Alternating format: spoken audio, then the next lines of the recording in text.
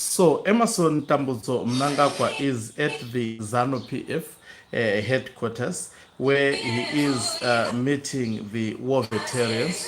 Let me just close this music. I don't know. He is actually meeting the war veterans in a highly intense meeting. I'm sure. Let me just show you the pictures. You can see these are not faces that are playing. You can see these are the war veterans that Emerson Mnangagwa is set to meet. In fact, he is meeting them right now. These are the war veterans that Mnangagwa is meeting with them. They have actually designed a regalia for them. It's quite an intense meeting, and I'll be taking you through part of the speech that he has read, opening remarks. In any meeting, maybe it's according to the ZANU-PF culture of doing meetings, the president does what they call an opening remarks. Opening remarks gives us insights into what Emerson Mnangagwa is seeking to do with these war veterans. We know war veterans is one of the structure of ZANU-PF that has refused to actually endorse 2030 mantra. They have poured a lot of money to your Douglas Mahiya. It is only Douglas Mahiya who speaks of 2030 and all the nonsense. But otherwise, the war veterans have actually refused. As you will see in whilst introducing Emerson Mnangagwa, he attempted to actually lobby war veterans to support Mnangagwa. So this is actually a meeting that is seeking to force war veterans to actually work with Mnangagwa when they go for a conference. Will it work? I will be taking you through this. Greetings and welcome on your lovely channel, the Hlonipani Global News. If you are watching us for the very first time, please do remember to press the red or black subscribe button so that next time when we be live, you become the very first one to watch us. So part of the speech of what these days they are no longer broadcasting the speech. I was going to show you the visuals. Most probably they will actually broadcast the edited, highly edited speech because Mnangagwa is afraid going to these meetings. Just imagine if the Politburo meeting was broadcasted live, witnessing that Chiwenga came late, and most probably the reaction of Emerson Mnangagwa when he steps into the meeting, and also war veterans telling him that 2020 we are not in support of that. This is what they are trying to avoid. That is why they give us a pre-recorded, highly edited speech by Emma, and he makes a lot of mistakes, by the way. So this is the part of the speech. I will read it in no particular order. They posted actually written words on what he said. This is part of the speech. Today we are celebrating the loyalty and courage of the Liberal struggle, which should propel us towards vision. He's speaking about his which I call upon the league is calling the war to fulfill its duties, such as mobilizing the combatants, detainees, prisoners, and restrictees for full participation in the socio-economic development of our nation. So this was part of this, the snippets of the speech. In your individual and collective capacity, you are providing wisdom and guidance as you demonstrate the spirit of loyalty and patriotism. This unflinching love for your country is valuable. Congratulations. So he's speaking about loyalty, he's speaking about patriotism. We know that war veterans, they have not, in fact, they no longer want Emerson Mnangagwa. I don't want to second quote it. And then the other, what he said also, it is my honor as the president and first secretary of the Revolutionary Party to address our war veterans a few weeks before our 22nd National People's Conference to be held in Manicaland. This third National Assembly is important in addressing the war veterans. The League membership is open to all combatants, restrictees, and prisoners who participated in our liberation struggle. As you see, I think this address on its own tells us that he is going to the war veterans trying to tone them down. Remember, all veterans had a meeting whereby they were actually jotting their resolutions down. It appears those resolutions, Emerson Mnangagwa is not in support of them. That is why he had actually to go and specifically meet them. And looking at the faces, they are not looking like happy people being addressed by Emerson Mnangagwa. Now, this was the remarks by Douglas Mahiya. He is the one amongst the veterans because he was given a car by the Zwikandas, a car that he can't even pay for city council parking fees. At one point, he struggled just to pay $1. The whole secretary for the war veterans struggling, and his picture was all over social media. And parking his car was pounded by the city council, and they wanted $1. He struggled to pay that $1. You can see the kind and nature of people who are supporting Emerson Mnangagwa.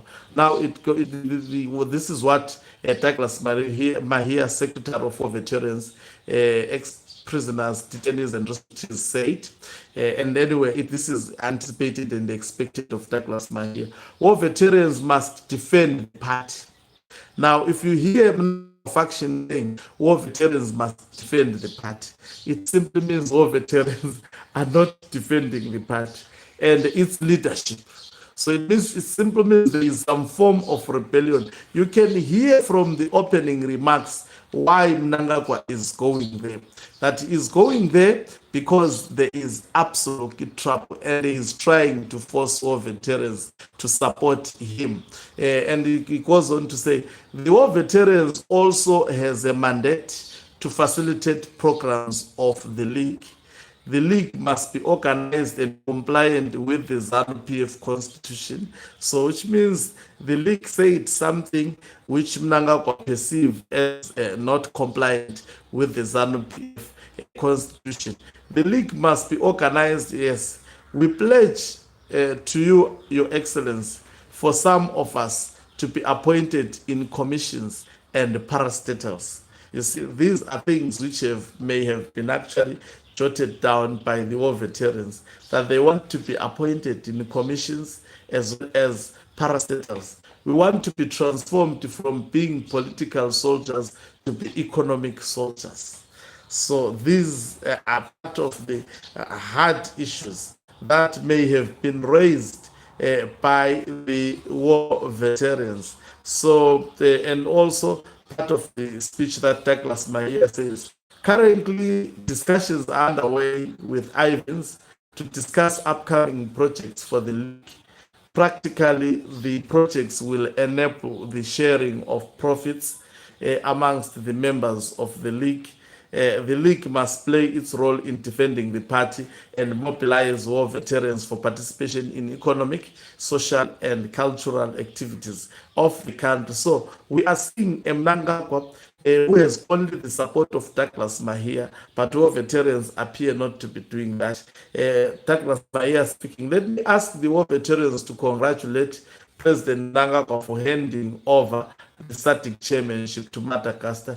A great number of achievements were achieved during his tenure. He is simply waffling, taking for nothing, and lying. By the way, Mnangagwa was disastrous during his tenure as the SADC chairperson. A great number of achievements were achieved during his tenure.